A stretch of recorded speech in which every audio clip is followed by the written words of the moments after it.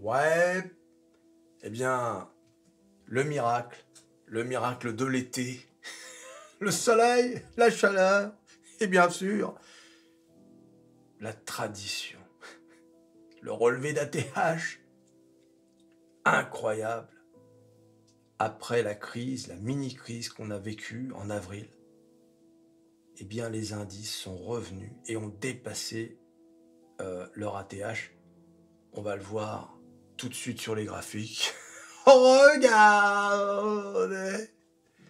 On va commencer par la star des stars, le S&P 500 bien sûr. Regardez, c'est tout simplement incroyable. On était à 6160, non 148, et là on va monter à 6187. Le S&P 500 quand même, soulignons-le, regardez-moi cette courbe, a pris 28% en moins de 3 mois.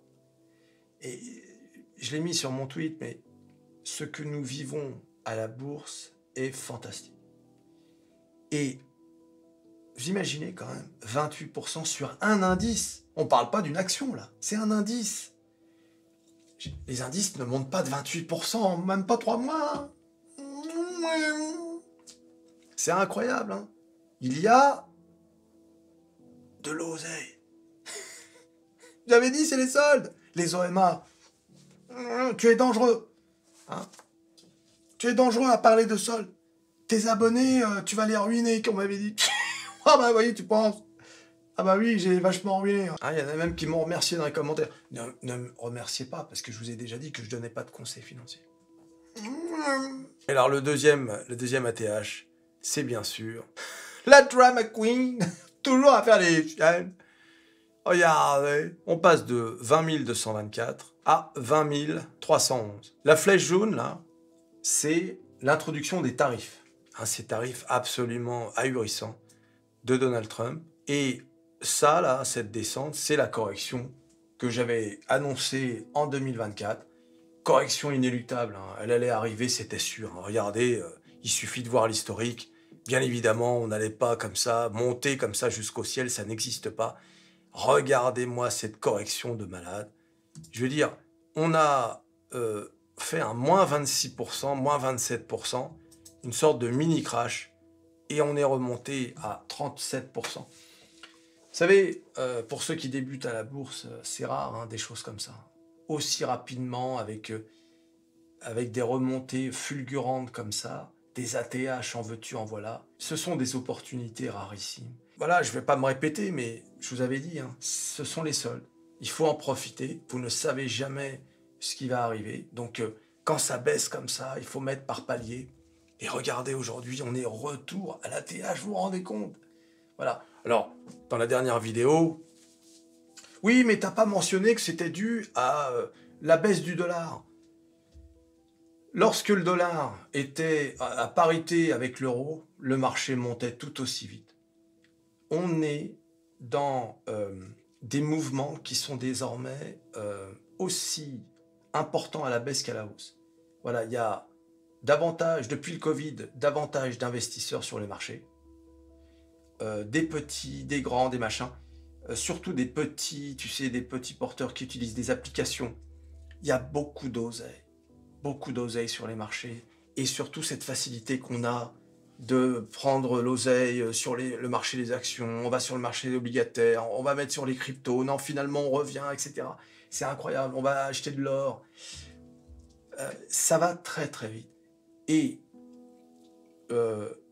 la hausse de Microsoft et de Nvidia, elle est due à des résultats stratosphériques, surtout. C'est surtout ça. Bien sûr que la baisse du dollar joue en partie sur tous les mouvements qui se passent. Mais, et c'est ce que je pense, vous avez le droit de ne pas être d'accord, mais des niveaux comme Nvidia ou comme Microsoft, c'est surtout dû à la grosse hype de l'IA et de cette révolution qu'on est en train de vivre. Nous sommes en train de vivre une révolution, ça fait 2 ans.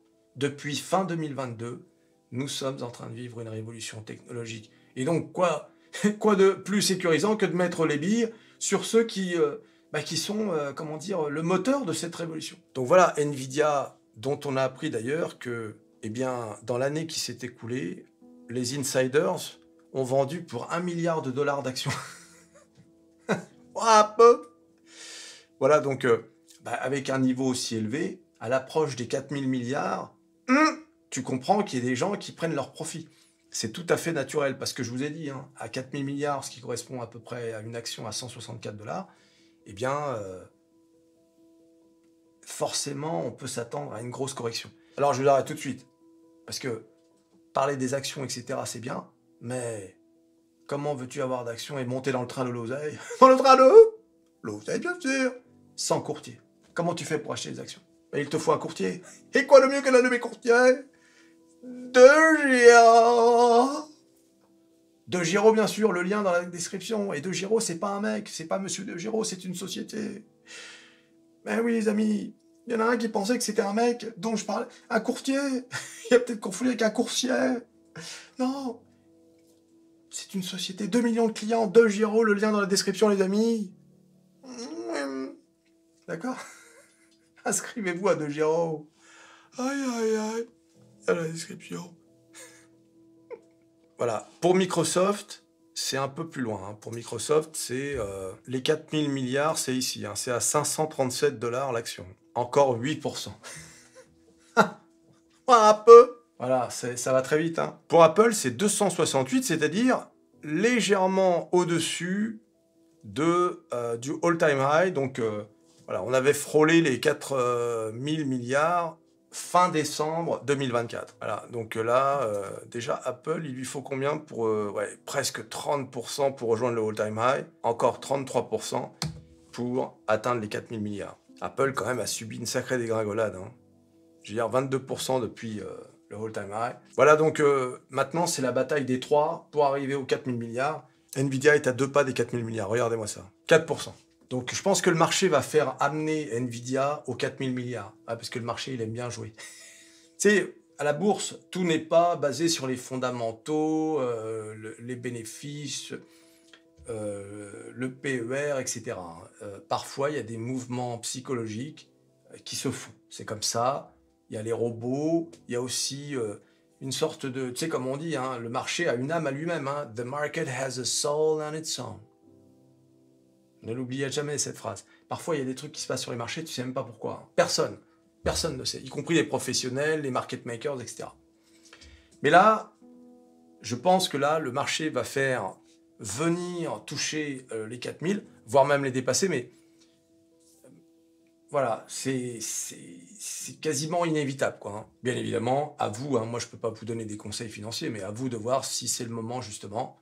D'ailleurs, même maintenant, hein, parce que faut faire attention hein, aussi, parfois ça se passe juste avant. En trading, on le sait très bien, un trader ne va jamais prendre une position, un take profit à 4000 milliards par exemple. Il sera toujours en dessous.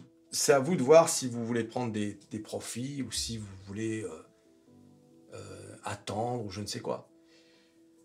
Sachant que bien évidemment, avec un euro-dollar qui est presque à... On est à combien là ? Voilà, on est à presque 1,20 $. Hein, il nous reste 2,45%. On va y aller hein, au $1,20. Eh oui, ami, un peu. Eh bien, forcément, prendre ses profits maintenant, là aussi, c'est un dilemme. Ah oui, forcément, il faut... c'est ce que j'ai dit sur mon Twitter. Abonnez-vous à mon Twitter. L'euro en route vers les 1,20 $. Forcément, ça fait pas plaisir aux portefeuilles en euros qui détiennent des actions US. Ha ha ha. Ouais, parce que moi, ça me fait rire, forcément. C'est à vous de prendre vos calculatrices. Alors, bien sûr, certes, vous faites moins de profit lorsque vous êtes en plus-value, avec un dollar en baisse, mais il faut voir aussi le bon côté des choses. Si vous rentrez sur des valeurs US, eh bien, vous les avez moins chères. Eh oui, mais c'est comme ça la bourse, hein. C'est toujours gagnant d'un côté, perdant de l'autre. C'est comme ça. Un peu. Il faut toujours, en fait, quand tu es sur les marchés financiers, saisir les opportunités comme elles se présentent au moment où elles se présentent. Et là, vous l'avez vu, c'est plutôt un terrain favorable pour l'achat d'actions, plutôt que de la vente. Tu vois, parce que ton pouvoir d'achat, en quelque sorte, même si je déteste cette expression, est plus grand avec un euro fort, sur le marché US, hein, j'entends. Donc, tous ces éléments doivent être pris en compte lors de vos décisions boursières. N'oubliez pas, hein, faites un tableau. Allez voir ma vidéo là où je vous montre comment utiliser Excel et les atouts d'Excel pour justement gérer votre portefeuille boursier. Alors attention, parce qu'effectivement là c'est l'euphorie, mais ne pas oublier que cette histoire de tarifs, elle est juste suspendue là, on est en pause. Regardez ce qui s'est passé encore cette semaine, un truc de fou. Trump met fin aux négociations commerciales avec le Canada et menace d'imposer des droits de douane de façon unilatérale. Voilà. Donc le mec il est en colère, il a dit allez hop, allez vous faire voir les Canadiens, on arrête là. Et parce que les Canadiens veulent pas se laisser faire si vous voulez. Les Canadiens parlent de taxer les entreprises numériques comme les 7 fantastiques, comme les Européens d'ailleurs. D'ailleurs ils reprochent aux Canadiens de vouloir faire comme les Européens. Voilà. Sauf que le Canada a moins de pouvoir que l'Europe. L'Europe c'est quand même un sacré mastodonte hein, sur le plan économique. Hein. Et oui, parce que nous sommes des nains géopolitiques, mais sur le plan économique, t'as pas non plus envie de te friter avec les Européens. Tu vois? Mais bon, comme nous sommes gouvernés quand même par des mauviettes, hein, autant sur le plan national que sur le plan européen, les Américains n'ont pas trop de soucis à se faire non plus. Hein. Il y a un autre truc aussi qui pourrait faire du mal à Nvidia, là, vu qu'on parlait d'Nvidia, c'est le fait que OpenAI serait sur le point d'acheter des puces de Google. Voilà, donc c'est pour ça il faut avoir un peu de tout dans les 7 fantastiques, parce qu'en général, les malheurs des uns font le bonheur des autres, et comme vous avez également les uns et les autres dans votre portefeuille, bon, c'est pas très grave. Mais voilà, donc ça c'est une grosse nouvelle, ça. Parce que ça, je l'ai tweeté. OpenAI se tourne vers les puces d'IA de Google pour alimenter ses produits, selon The Information. Ce n'est bon ni pour Microsoft, ni pour Nvidia. Hein. Microsoft, ma plus belle balade. Alors, le Dow Jones, lui, hein, il n'est pas encore à son ATH, hein, c'est normal. C'est surtout la tech là, qui a explosé. Et 3% pour le Dow Jones. Et bien sûr, le Kakou, le petit Kakou, eh bien, qui est quand même... voilà, à la peine. Il est sur... Mais bon, ça va, c'est pas catastrophique. Hein, on est à 7651 quand même. Hein. Souvenez-vous, pendant la crise là, des tarifs, on est quand même descendu à 6700. Donc en gros, 1000 points de moins quand même. D'accord, on est remonté de combien d'ailleurs? 13%. Et pour retrouver la TH, on est à 8%. Ça va, c'est pas non plus une catastrophe. Alors les valeurs, hein, Apple qui stagne, hein. Bon, on l'a vu tout à l'heure. Apple qui, le problème d'Apple, c'est son intelligence artificielle. Là. Il galère, hein. On n'est pas au point là. Hein. Donc il faut laisser du temps. Moi, j'ai une grande confiance en cette compagnie. Je pense qu'ils doivent vraiment mettre les bouchées doubles. Donc voilà, il ne faut pas non plus paniquer. Hein. J'entends dire Apple, c'est fini. Pas un peu. Chaque fois qu'il y a une entreprise en difficulté, t'as pas remarqué? Truc est fini, Google est fini. Tiens, regarde Google. Ils viennent de prendre 2,20. On est à 178. Regarde. On était monté jusqu'à 182, on est presque de retour. Et avec cette news d'OpenAI et de Google, forcément, ça ne peut être qu'une bonne nouvelle. Amazon plus 2,8. Amazon, vous avez vu un peu la dynamique là? Hein, on la sent là. Le retour à la TH. Regarde. Encore une dizaine de pourcents quand même. Hein. Mais un peu, cette dynamique d'Amazon, ça y va, hein, Amazon. Bah ouais, mais qu'est-ce que tu veux? Comment a-t-on pu douter? Regardez, on était descendu à 161 $. Et aujourd'hui, regardez, le titre a pris près de 40%. Vous vous rendez compte quand même de l'opportunité? Qui n'a pas saisi? Dites-moi dans les commentaires. Qui n'a pas saisi les opportunités? Hein? Venez prendre votre claque en file indienne. Ah, c'est incroyable. Voilà, donc Tesla, qui a donc testé là, ces robots taxis à Austin. Et pour la première fois, un acheteur de Tesla a vu sa voiture se livrer elle-même chez lui. Écoute, voilà un peu. Il a acheté une Tesla, la voiture s'est livrée chez lui, toute seule. Voilà. Tu t'imagines quand même, t'achètes une voiture Et la voiture, elle débarque chez toi. Il n'y a personne dedans. Oh, un peu quand ça marche.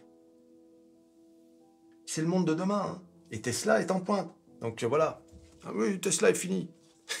Tesla, d'ailleurs, Elon Musk qui vient à nouveau de s'attaquer à Donald Trump, prend des risques. Parce que tu sais, Donald Trump essaie de faire passer sa loi sur son budget. Et Elon Musk est vent debout parce que forcément ses subventions sont sucrées. Un peu. Donc il n'est pas content, tu vois. Et il a dit que ça allait faire perdre des millions d'emplois, etc. Donc voilà, bah, il travaille pour lui-même, hein, il a raison. Hein. De toute façon, on n'est jamais aussi bien servi que par soi-même. Hein. Alors, un autre qui est sur le point de franchir la TH, c'est bien sûr Meta. Meta qui essaie de débaucher des gens d'OpenAI, Meta qui qui va à fond hein, sur l'intelligence artificielle, Meta qui va introduire la publicité dans WhatsApp, etc. Donc ça y va, ça brasse de l'oseille. Meta qui va effectivement ne pas se laisser distancer dans tout ce qui est intelligence artificielle.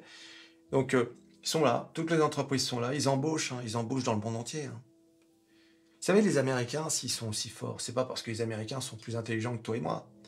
C'est parce qu'ils embauchent dans le monde entier. Et qu'ils ont un environnement qui est très attractif pour les étrangers. C'est-à-dire qu'imagine un Français, par exemple. Un Français qui brille dans un domaine informatique, etc. Mets-toi à sa place. Entre rester en France, gagner, je sais pas moi, 4-5 000 euros par mois, payer plein d'impôts, dans un pays qui est bien, mais dans lequel il y a quand même certaines difficultés.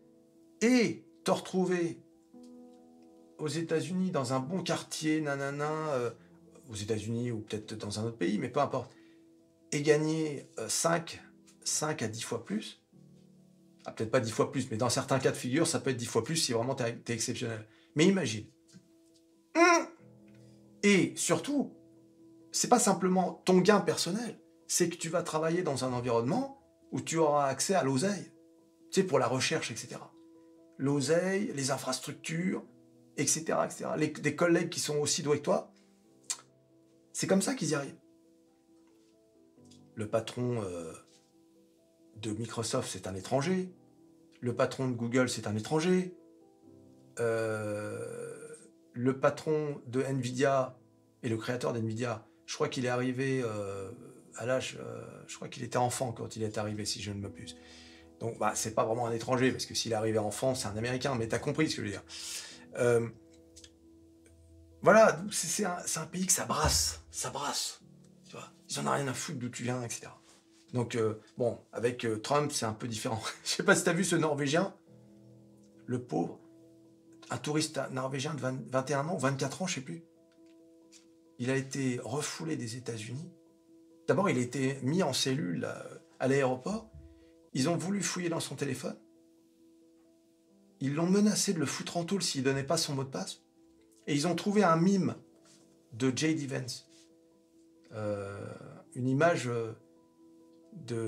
qui se moquait de J.D. Vance. Mais gentil, tu vois. Il a été refoulé à cause de ça. Aux États-Unis, le tourisme s'effondre. C'est terrible ce qui se passe. Je ne sais pas si ça va continuer comme ça, mais il y a beaucoup de gens qui annulent leurs vacances là-bas, etc. Donc, faudrait pas freiner justement ce que je viens de dire, c'est-à-dire l'attractivité des États-Unis pour les talents mondiaux. Tu vois ? Parce que ce qui se passe là, ça fait peur à beaucoup de gens. Beaucoup de gens se disent « Ouh là là, je voulais y aller, mais finalement, un Norvégien, tu vois ?» Là, l'autre jour, c'était 2 adolescents allemands. Il y avait aussi ce professeur français, là.